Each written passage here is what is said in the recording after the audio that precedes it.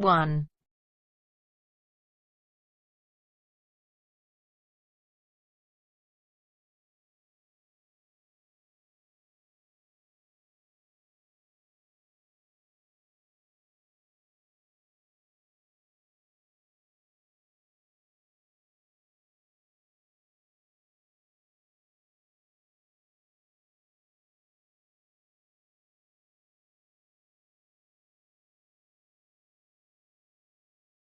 You will hear a phone conversation between two people, Kathy and John. John is hoping to volunteer at a retirement home. First, you have some time to look at questions 1 to 10.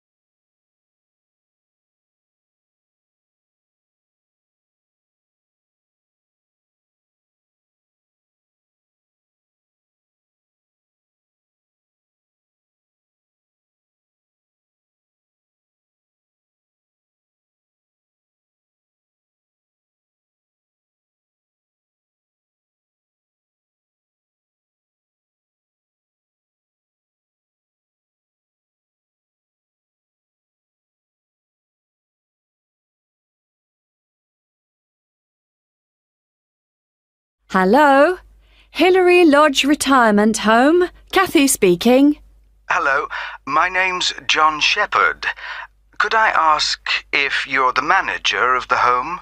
That's right. Oh, good. Hello, Kathy.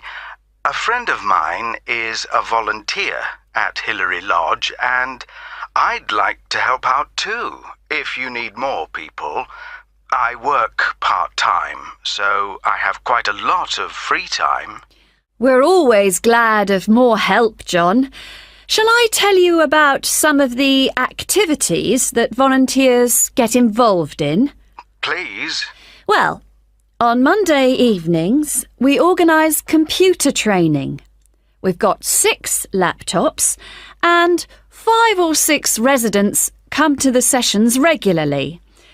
They're all now fine at writing and sending emails, but our trainer has just moved away and we need 2 or 3 volunteers who can help the residents create documents.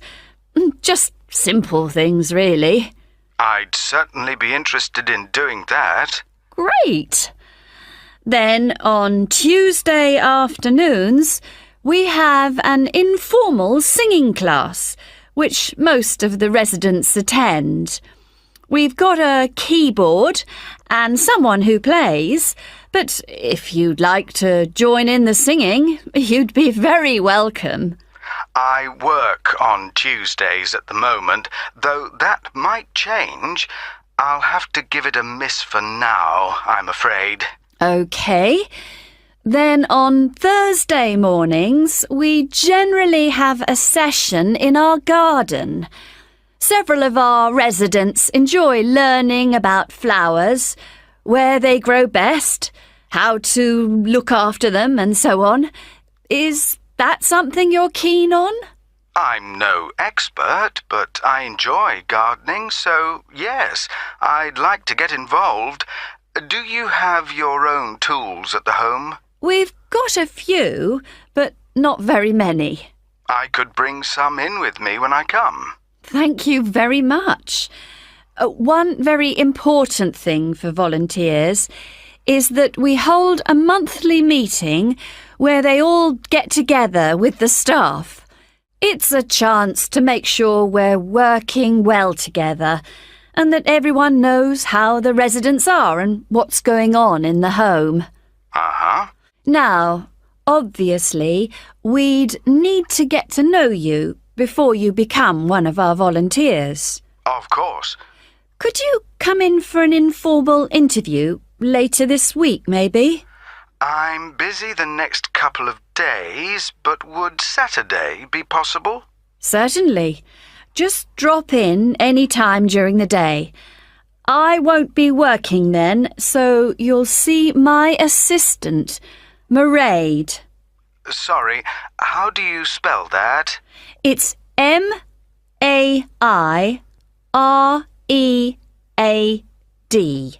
Mairead. OK, got that. It's not a name I'm familiar with. Oh, it's an Irish name. She comes from Dublin. Right. And the road that Hilary Lodge is in is called Bridge Road, isn't it? That's right. Number 73. Fine. Oh, one other thing you might be interested in. We're holding a couple of open house days and still need a few volunteers if you're available. What are the dates? There's one on April the 9th and another on the 14th of May. They're both Saturdays and all-day events. I can certainly manage May the 14th. I've got another commitment on April the 9th, though. That would be a great help. We're having several guest entertainers, singers, a brass band and so on, and we're expecting a lot of visitors. So one possibility is to help look after the entertainers. Or you could spend an hour or so organising people as they arrive, and then just be part of the team, making sure everything's going smoothly. Well, shall I show people where they can park? Lovely. Thank you. One reason for holding the open house days is to get publicity for Hilary Lodge locally. So you may find you have someone from a newspaper wanting to interview you. They'll want to find out from 2 or 3 people why they volunteer to help at the home. We're trying to get a TV station to come too, but they don't seem very interested.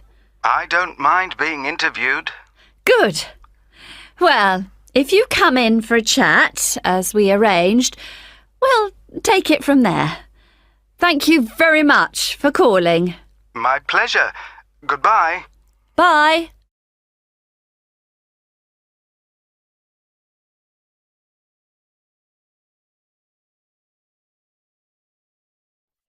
That is the end of part 1. You now have half a minute to check your answers.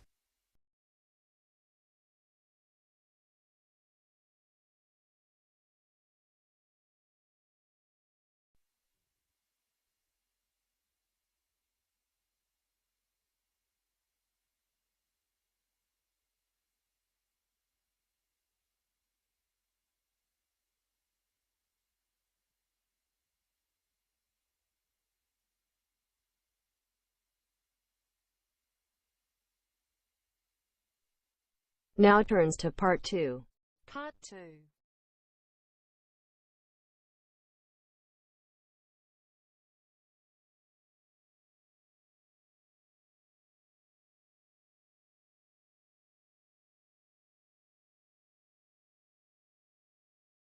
You will hear the head of a centre which offers evening classes for adults. She is explaining some recent changes which have been made to the centre. First, you have some time to look at questions 11 to 15.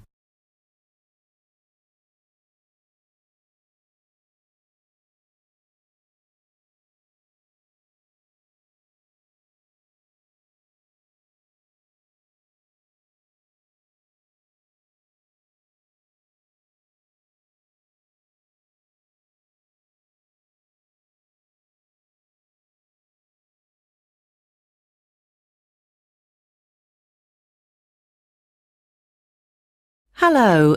As some of you know, I'm Elaine Marriott, the head of the college's Learning Resource Centre. We've invited all of you taking evening classes and leisure activities to come and see the changes we've made to the centre in the last month. One major change we've made here on the ground floor is to the layout, as you can see from looking around you. I'm sure you'll recognise the desk, That's still in the same place, as it has to be just inside the door.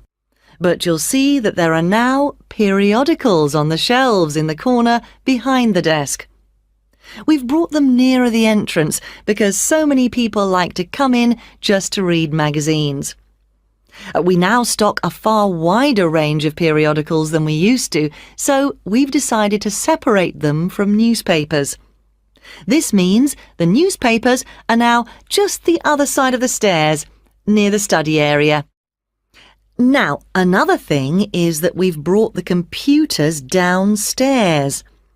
People used to complain about having to go upstairs to use them. So they're now at the far side of the building on the right, in the corner overlooking the car park. We've now got an extra photocopier. So as well as the one upstairs, there's one down here. You can see it right opposite the entrance, by the wall on the far side. The biggest change, though, and one I'm sure many of you will welcome, is that we now have a cafe at last. We've been asking for one for years. If you turn right, as soon as you get past the desk, you'll see the door ahead of you. It became possible to have a cafe because the building has been extended, and we've now got a new office and storeroom area. What else should I tell you about before we walk round?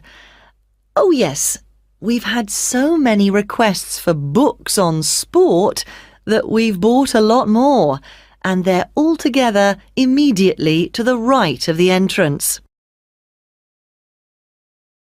Before you hear the rest of the conversation, you will have some time to look at the questions 16 to 20.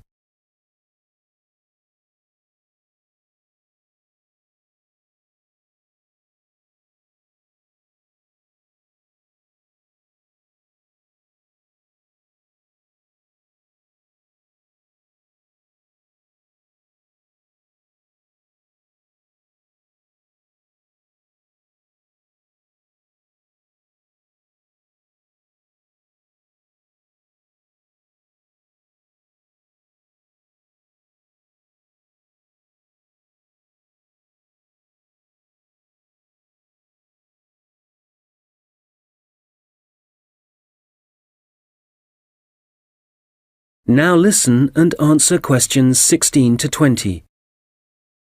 OK, that's enough on the new layout. We'll walk round in a moment, but before we do, something about the people who are here to help you. Of course, all the staff will do their best to answer your questions, but now we're each going to specialise in certain areas. So, if you ask a staff member about something and they don't think they can help you enough, they'll direct you to our specialist. Jenny Reed is the person to see if there are any films you'd like us to stock, as she's taken over responsibility for purchasing those. I'd better warn you that our budget is limited, so I'm afraid we can't promise to buy everything you ask for. Phil Penshurst can help you to improve your writing if you need to produce reports for your course. You can book a half-hour session with Phil to start with. Then, if you want more help, he'll arrange follow-up sessions with you. I must mention Tom Salisbury. Many people are interested in doing research or just reading about this region. The people, occupations, changes over the years and so on. Tom is a specialist in this particular field, so if you want any help, he can point you in the right direction. We've got a large collection of relevant documents, from old maps to studies of the wildlife. We have a new member of staff, Saeed Akhtar. I'm sure you'll meet him soon and will find him very helpful. If you're unemployed and want some advice on the practical aspects of looking for a job, Saeed is the person to talk to. He's also written a very useful book on the subject, which of course we've got on our shelves. Many of you will know Shilpa Desai, who's been working here for about 5 years. Shilpa now has the additional responsibility of giving information and advice on anything to do with housing, such as finding out what's available or whether you're eligible for financial help. Right, well, that's quite enough from me. So let's walk round the library.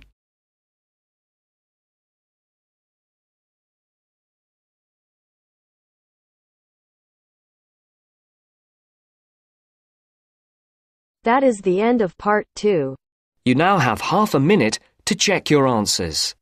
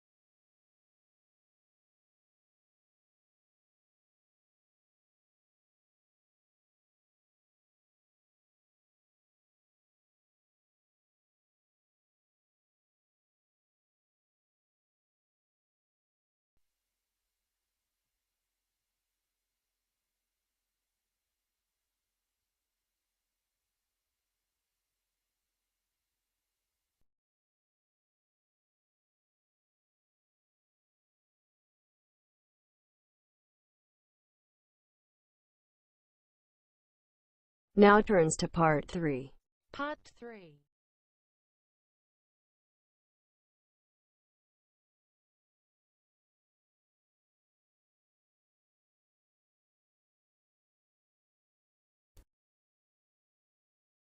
You will hear a tutor and a student discussing a project the student is working on.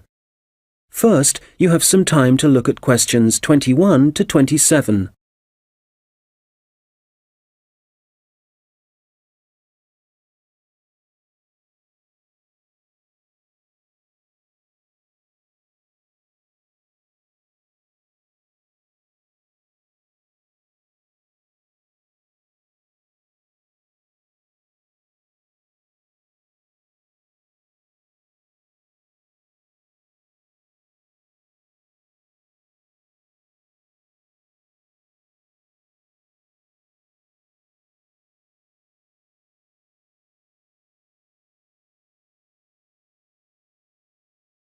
Right, Stuart. Well, I've read your draft report on your work placement at the Central Museum Association. Sounds as if you had an interesting time. So you ended up making a film for them? Yeah, it was a film to train the employees in different museums in the techniques they should use for labelling ancient objects without damaging them. Some of them are really fragile. OK. So in your report, you go through the main stages in making the film. Let's discuss that in a little more detail. You had to find a location, somewhere to shoot the film. That took quite a few days because I had to look at different museums all over the country, but I'd allowed time for it. And even though it was the middle of winter, there wasn't any snow, so I didn't have any transport problems. Right. Did you have to decide what equipment you'd need for the filming? Yes, I think they were quite surprised at how well I managed that. It was just the luck of the draw, actually. I'd done that project with you last year. Oh, on recording technology? So you knew a bit about it from that, right? Yeah. What I found really hard was actually writing the script. I had a deadline for that, but the association had to extend it. I couldn't have done it otherwise. Would it have helped if you'd had some training there? I think you're right. I probably needed that, yeah. Right. Now, from your draft report, it sounds as if you had one or two problems deciding who was going to actually appear in the video. The casting, yeah. I'd expected that the people who worked for the association would be really keen on taking part. But they weren't?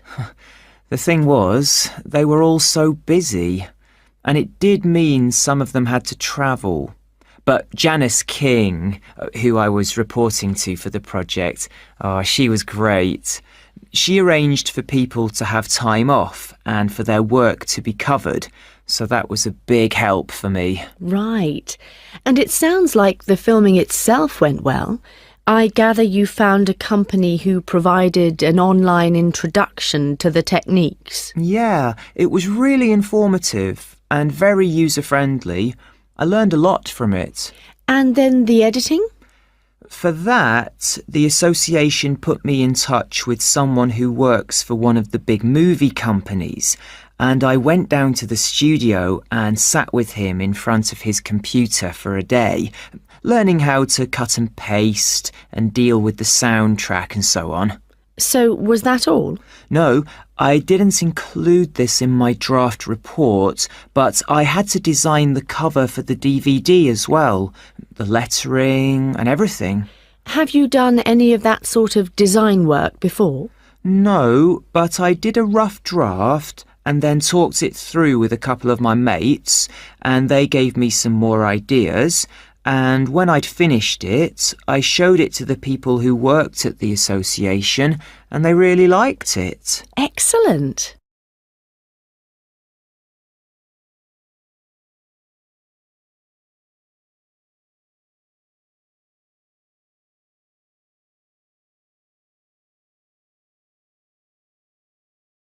Now listen and answer questions 28 to 30.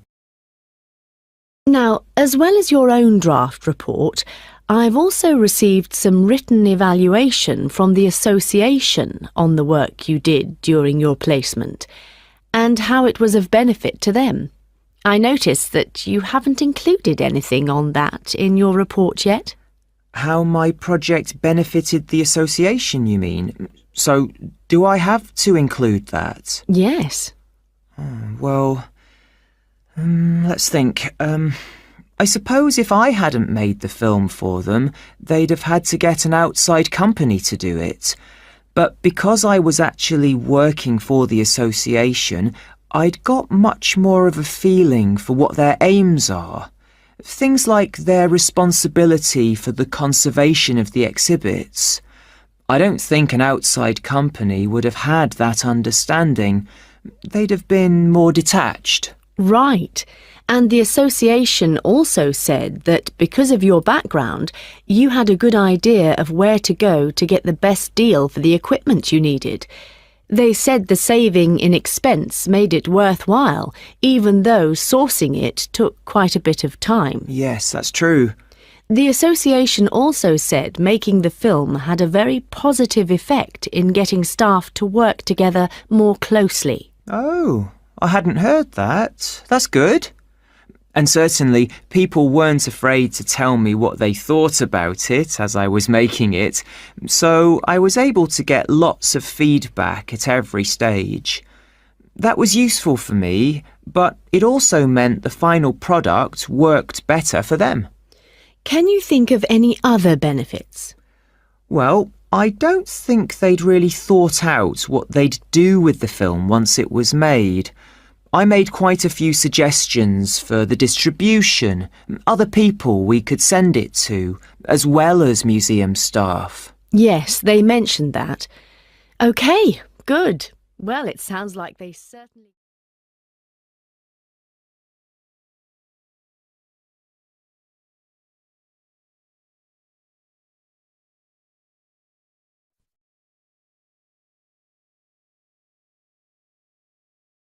That is the end of part 3. You now have half a minute to check your answers.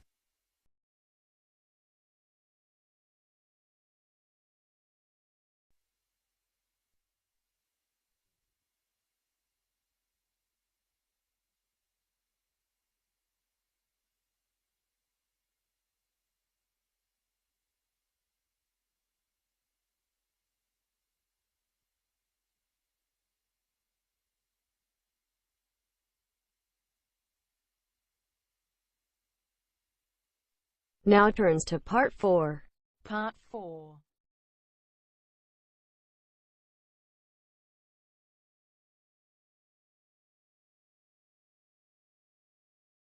You will hear a lecture about a species of bird called the New Caledonian crow. First, you have some time to look at questions 31 to 40.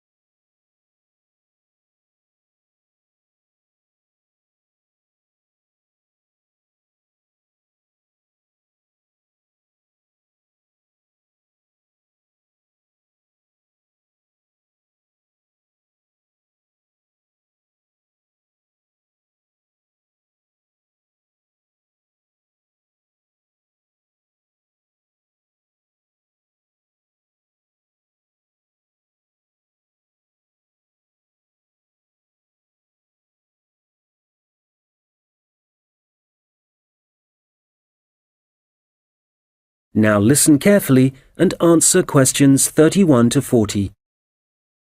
I'm going to talk today about research into a particular species of bird, the New Caledonian crow, whose natural habitat is small islands in the Pacific Ocean. And it seems that these crows are exceptionally resourceful. Using sticks or other tools to find food isn't unknown among birds and animals. Some chimpanzees, for example, are known to bang nuts on stones in order to break the shell and get at the edible kernel inside. One New Caledonian crow, called Betty, bent some straight wire into a hook and used it to lift a small bucket of her favourite food from a vertical pipe. This experiment was the first time she'd been presented with wire, which makes it very impressive. Another crow, called Barney, has demonstrated his skill at using sticks to forage for food.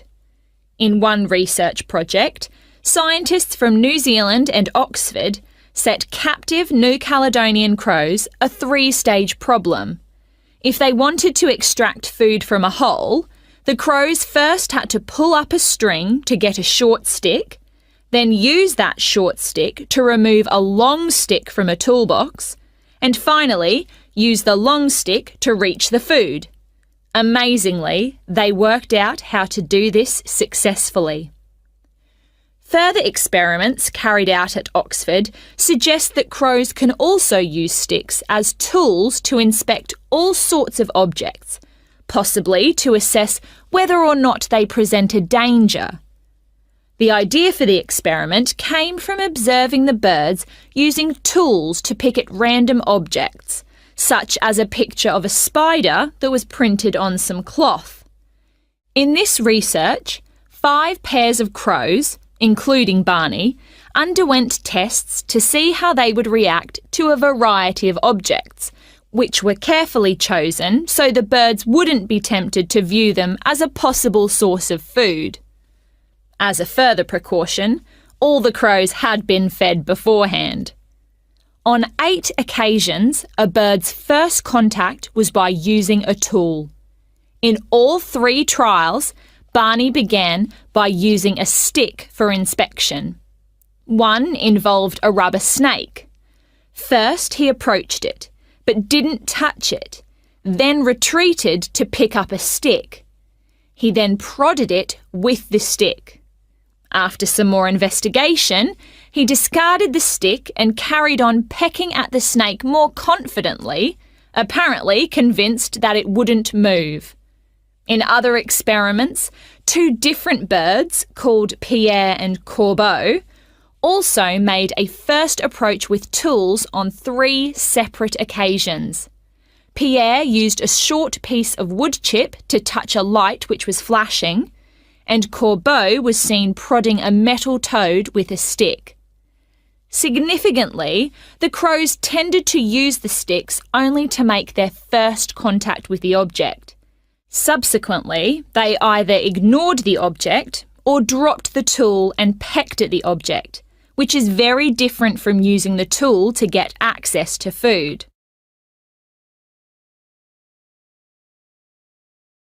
So, what conclusions can be drawn from the research? Evidence is building up from experiments such as these that the birds are able to plan their actions in advance, which is very interesting for understanding their cognition. They don't seem to be responding in a pre-programmed sort of way. It may even be possible that they're able to view a problem and work out what the answer is. However, a major difficulty is assessing whether this tool-using behaviour is a sign of intelligence. To some extent, this is related to the ecological circumstances in which the animal is found. So, scientists want to find out much more about how the crows behave in their native habitat, and a team from Exeter and Oxford universities is carrying out research in New Caledonia. They're looking into whether the birds' way of searching for food gives them any possible evolutionary advantage. The birds are hard to observe, as they live in a region of mountainous forest, so the researchers have attached tiny cameras to the tails of some birds as one method of investigating their behaviour. The birds are masters at using sticks to find their food, in particular beetle larvae from the trees. It's possible that the birds can derive so much energy from these grubs that they only need to eat a few each day. This would mean that they wouldn't have to spend most of their waking time searching for food, as most animals do. The beetle larvae have a distinct chemical makeup, which can be traced through the feathers and blood of birds that eat them. Scientists have collected samples from crows in order to estimate the proportion of larvae in their diet. They should then be able to gauge the extent to which individual birds depend on using sticks to feed themselves. We have learnt a great deal about the ability of New Caledonian crows to use tools, and some very interesting research is being carried out into them.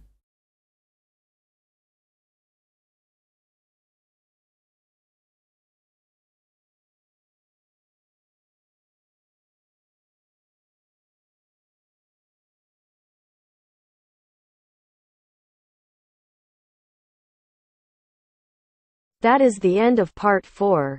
You now have half a minute to check your answers.